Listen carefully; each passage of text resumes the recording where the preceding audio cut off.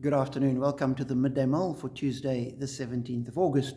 We continue with Robert Murray McShane's readings, and today we read 1 Samuel chapter 9. At the beginning, we're introduced to Kish, a man from the tribe of Benjamin, and he has a son named Saul, who is handsome and taller than anyone else. And in verse 3, we're told, now the donkeys belonging to Saul's father Kish were lost. And Kish said to his son Saul, take one of the servants with you, and go and look for the donkeys. So that's exactly what they do. They go out, and over a couple of days they search for the donkeys and can't find them. Eventually Saul says to the servant with him, we'd better go back. People are going to start worrying about us, not the donkeys.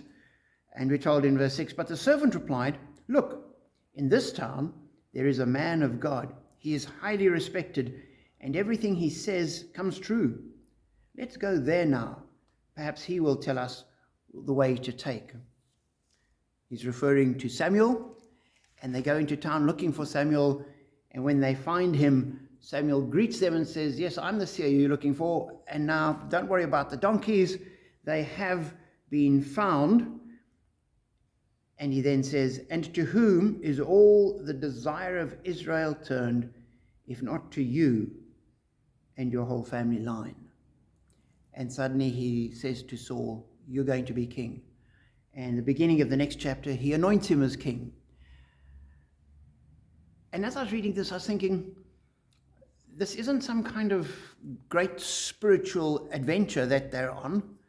It isn't that Saul is off seeking the will of God, or that there's some kind of divine, holy, religious component to this.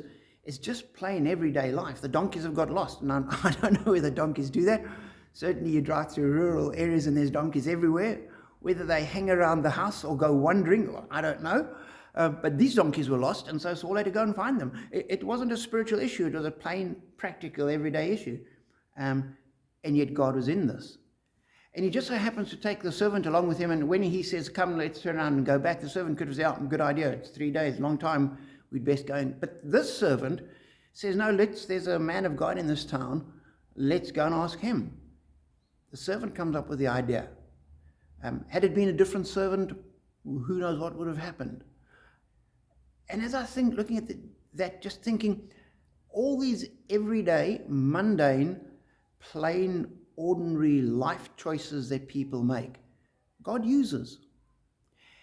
And we sometimes think that God will work in our lives on a Sunday.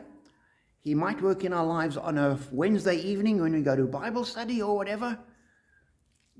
But on a Tuesday morning when I'm standing in the bank queue, or Thursday afternoon when I'm in the doctor's waiting rooms or whatever it is, no, that's not God's time. No, but God's time and God's space is everywhere and any time.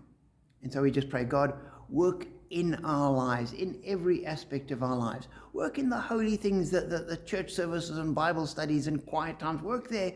But work as well in the bank queues and the driving the car and the shopping and the waiting for people.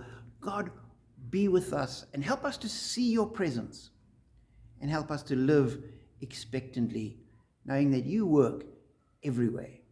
And so as you go through your day, be aware that God is there.